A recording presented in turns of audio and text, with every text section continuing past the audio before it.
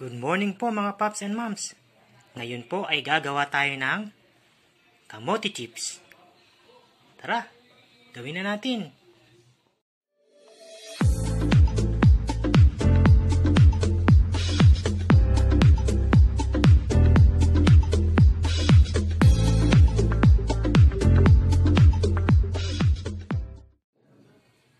Yan po mga paps, hiniwa ko na po ang ating kamote. Ay binalatan ko na po. Ngayon, hihiwain na po natin siya ng maninipis. Para pag niluto siya, crispy po siya. Kapag maghihiwa po kayo, laging ganyan po. Gagamitin nyo yung talim. Pa-slice ng pababa. Ganon. Saba. Yan.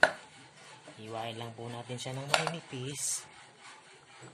Yan. Para pag niluto siya, crispy. Wala kasi tayong slicer eh. Kaya, tsaga-tsaga muna tayo sa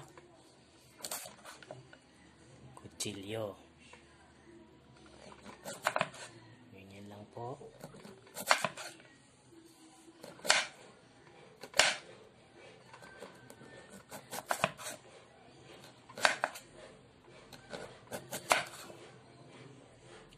Ganyan lang po kanipis.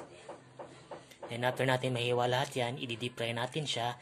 Then, i-coat natin siya sa cheese flavor.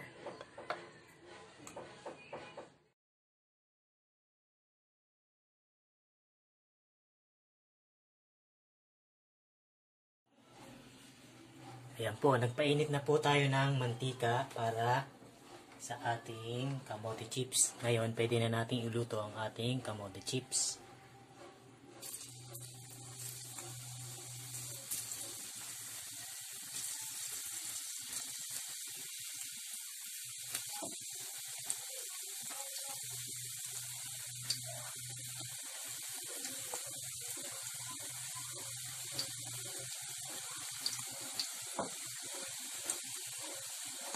Kailangan lubog siya sa mantika para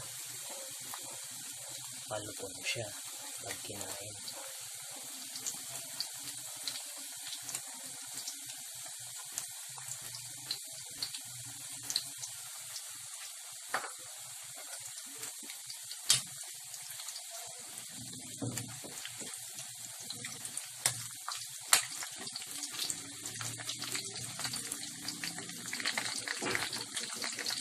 Hintayin lang po ulit natin siyang mag golden brown para masabi natin luto na siya.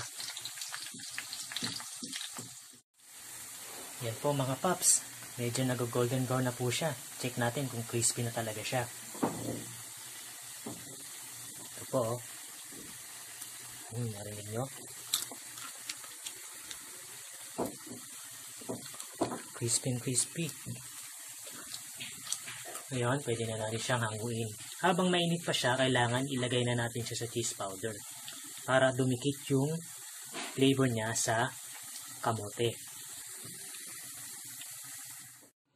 Mga paps, ito na po ang ating kamote chips. So, habang mainit siya, ilagay na natin siya sa ating cheese powder. Yan. Takpan po natin siya. Then, isi-shake natin.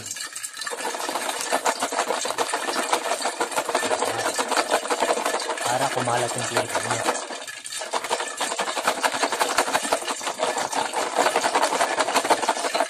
Ayan po, kumalat na po ang flavor niya sa ating kamote.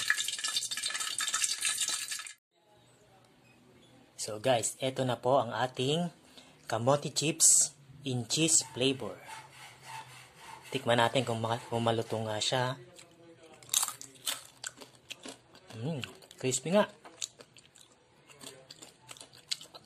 Kain na tayo guys!